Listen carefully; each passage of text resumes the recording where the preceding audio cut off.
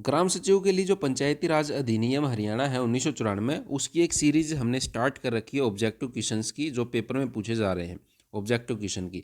इससे पहले जो वीडियो बनाई थी उसमें 25 क्वेश्चन लिए थे, और इसमें आगे के 25 क्वेश्चन है 26 से 50 है वो लेने वाले हैं। सबसे पहले वीडियो स्टार्ट करने से पहले जो पहली वीडियो थी उसके डाउट्स हैं वो क्लियर कर लेते हैं।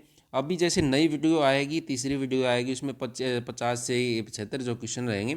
तो अगर इसमें आपका कोई डाउट होगा इस वीडियो का, तो उसमें आगे कवर किया जाएगा। तो आप पूरी सीरीज़ देखें ताकि आपका जो है कोई भी क्वेश्चन है वो ना छूटे। और एक बार वीडियो देखने से पहले किसी में अगर डाउट लगता है क्वेश्चन में, तो आप नीचे जो कमेंट का सेक्शन होता है वहाँ पे हम, अगर आपकी कोई क्यूरी है तो वहाँ पे उसका समाधान है कर देते हैं।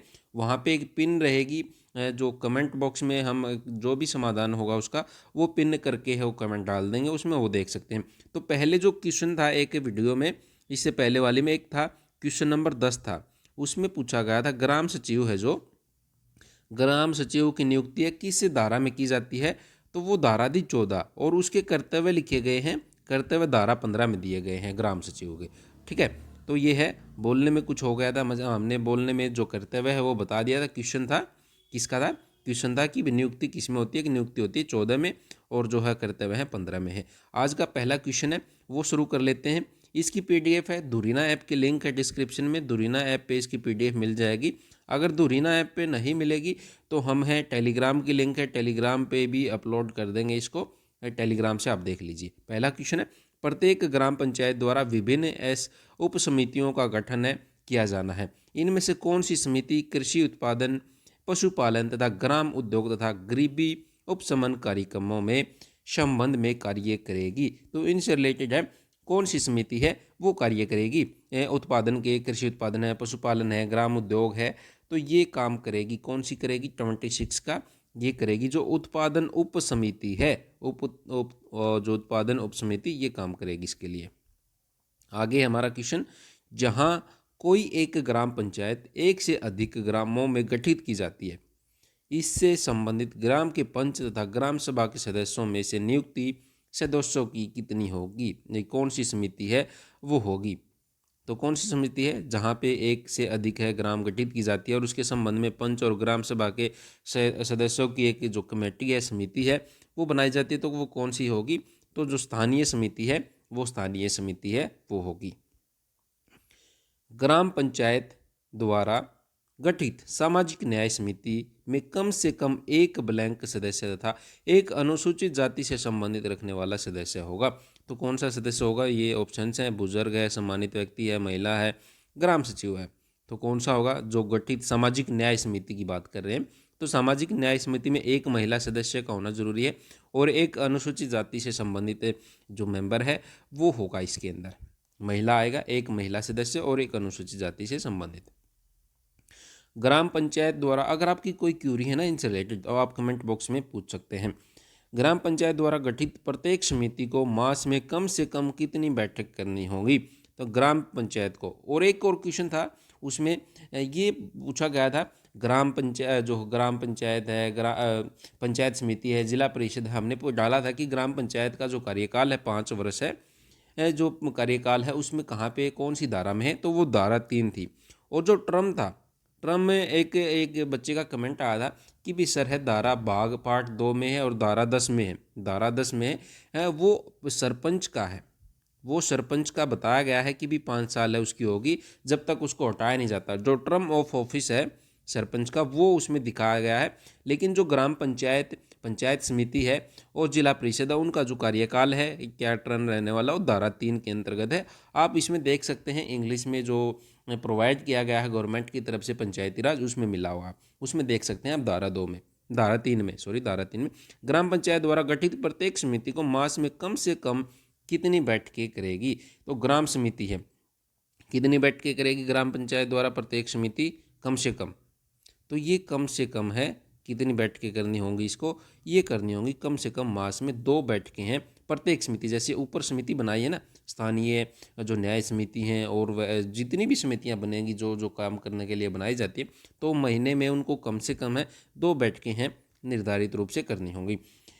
किसी ग्राम पंचायत को यह शक्ति कौन सी धारा देती है कि वह ग्राम के आवासीय क्षेत्र के 400 मीटर के भीतर जो है जो खाल होती हैं, खालों को रंगने और शोधित करने का विनियमन या प्रतिषेध कर सकती है।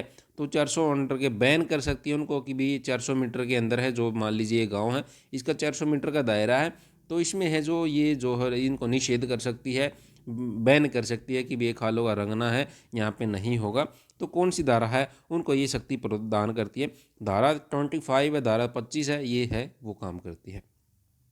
हरियाणा पंचायती राज अधिनियम 1994 की किस धारा में प्राधिकरण की स्थापना और संरचना है उल्लेखित है? तो किस धारा में है ये है धारा 220 में। किस में है? धारा 220 में उल्लेखित है प्राधिकरण की स्थापना और संरचना। हरियाणा ग्रामीण विकास प्राधिकरण में अधिकतम कितने सदस्य हो सकते हैं? अधिकतम की बात है, हरियाणा ग्रामीण विकास प्राधिकरण में 2032 का ये हो सकते हैं अधिकतम 12 सदस्य हैं, उसमें अधिकतम हो सकते हैं प्राधिकरण जो है हरियाणा ग्रामीण विकास प्राधिकरण। जमीन का उपयोग और निपटान एंड इसको बोलते हैं utilisation and disposal of land, अधिनियम की किस धारा में दिया गया है? उपयोग, जमीन का उपयोग और निपटान, यूटिलाइजेशन एंड डिस्पोजल, तो ये धारा 231 के अंतर्गत है, ये है दिया गया है utilisation and disposal of land. आगे क्वेश्चन हमारा, अगर किसी में कोई आपको डाउट लगे तो कमेंट बॉक्स में पूछ लीजिए आप।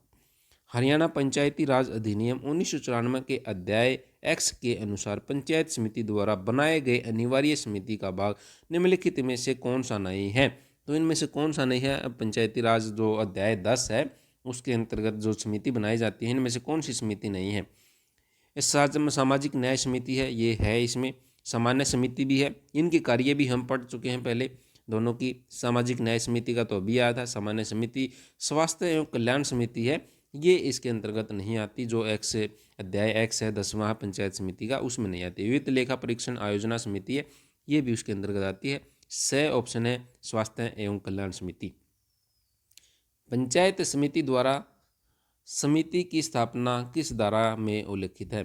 पंचायत समिति है, कोई भी धारा है उसको बनानी है, उसके द्वारा समिति की स्थापना करनी है, तो वो किस धारा में लिखा गया है? ये बात किस धारा में लिखी गई कि पंचायत समिति है, अपनी समितियां हैं, अपने कार्य के अनुसार है, हमें ये कार्य कराना है, तो उसके लिए समितियां, उनकी स्थापना है, करना है, किस धारा में लिखा गया है? ये बातें ये लिखा है धारा 83 के अंदर, धारा 83 के अंदर है ये बातें हैं।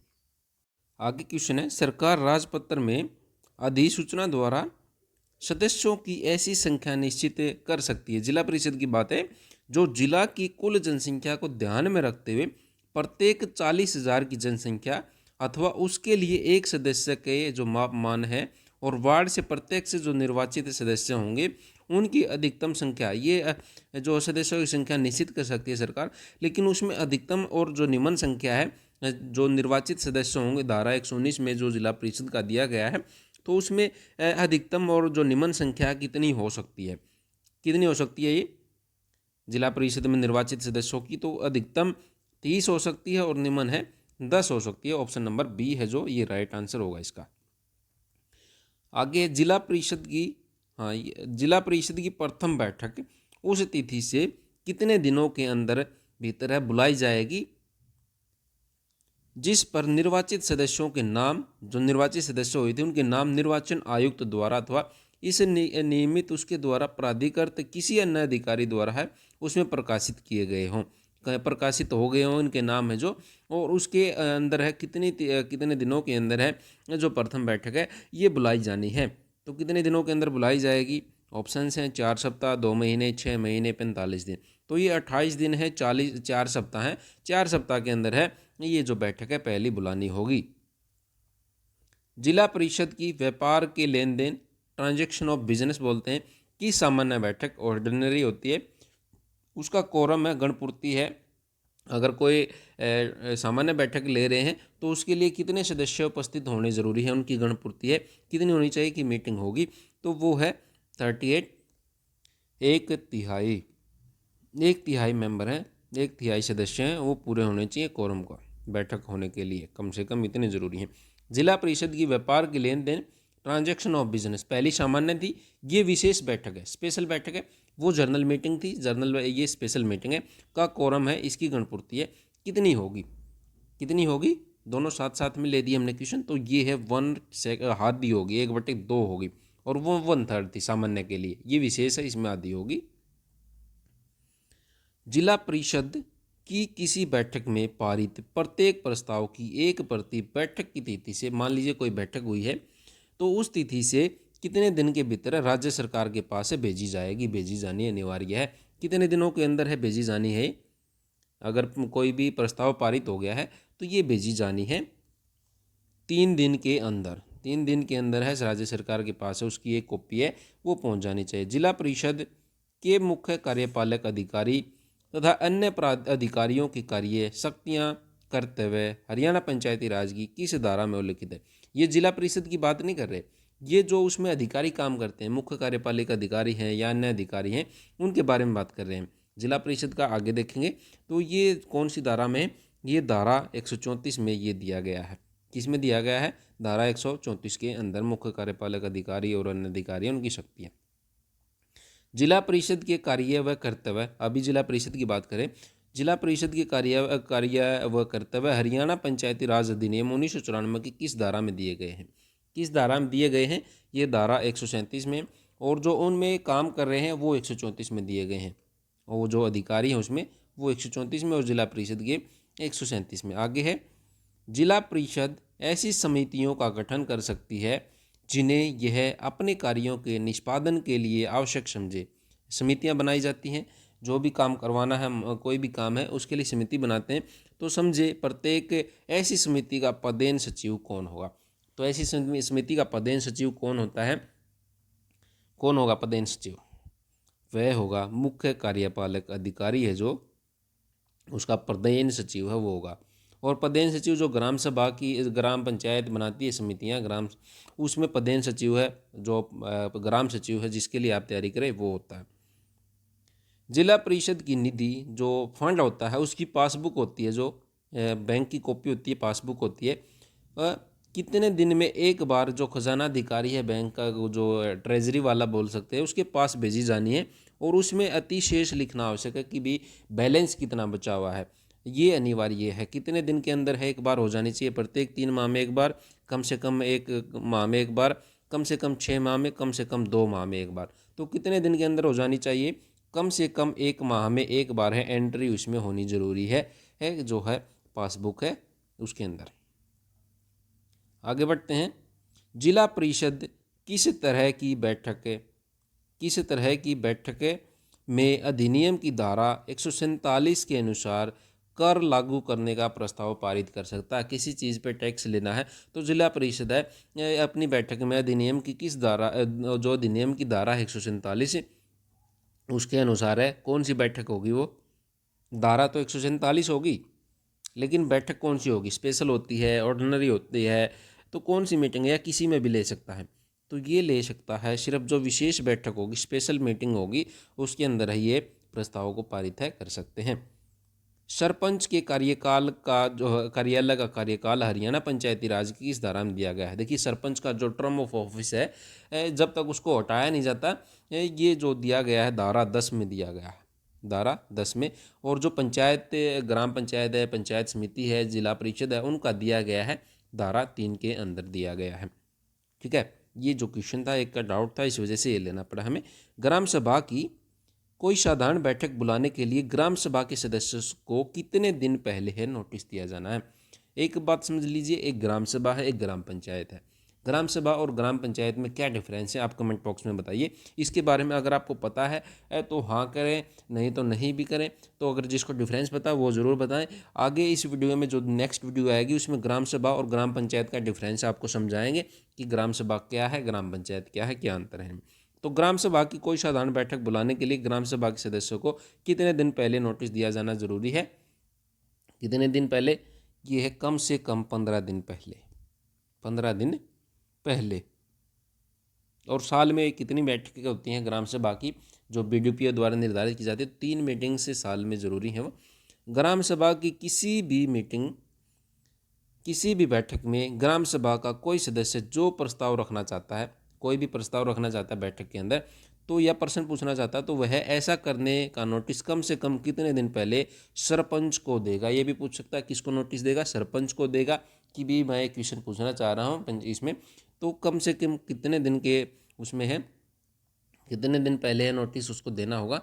तो ये देना होगा 7 दिन पहले। 7 दिन पहले मीटिंग्स का नोटिस 15 दिन पहले और इनको 7 दिन पहले वो देना होगा। आगे है ग्राम पंचायत के निर्णय बहुमत द्वारा होंगे। जो है कोई भी निर्णय है बहुमत द्वारा होगा। तो और जब मतदान बराबर हो गया, मान लीजिए वोटिंग बराबर होगी, 10 मेंबर हैं, 5-5 आ गए, तो निर्णायक मत है किसका होगा, फैसला किस कौन करेगा कि भी निर्णायक मत इसका होगा। तो कोई भी सदस्य हो उसका हो सकता है, नहीं होगा, गलत है। अध्यक्षता करने वाले अधिकारी का या फिर एब इनमें से किसी एक का हो सकता है। ये हो सकता है जो भी अध्यक्षता करेगा, प्रेजेंटिंग ऑफिसर होगा, पीठासीन अधिकारी होगा, जो उसमें अध्यक्षता करने वाला अधिकारी होगा, वो उसका जो मत होगा एक एक्स्ट्रा मत, निर्णायक मत उसी का होगा। ग्राम सभा किसी असामान्य बैठक एक्स्ट्रा ऑर्डिनरी मीटिंग के लिए कोरम गणपूर्ति कितनी होगी। ग्राम सभा की कोई एक्स्ट्रा ऑर्डिनरी मीटिंग हो रही है, असामान्य बैठक हो रही है, तो उसका कोरम है कितना होना जरूरी है। एक आगे हम सामान्य की भी बात करेंगे। तो ये है 1/10, 1/10 होना जरूरी है ग्राम सभा के असामान्य बैठक के लिए जो गणपूर्ति होगी 1/10।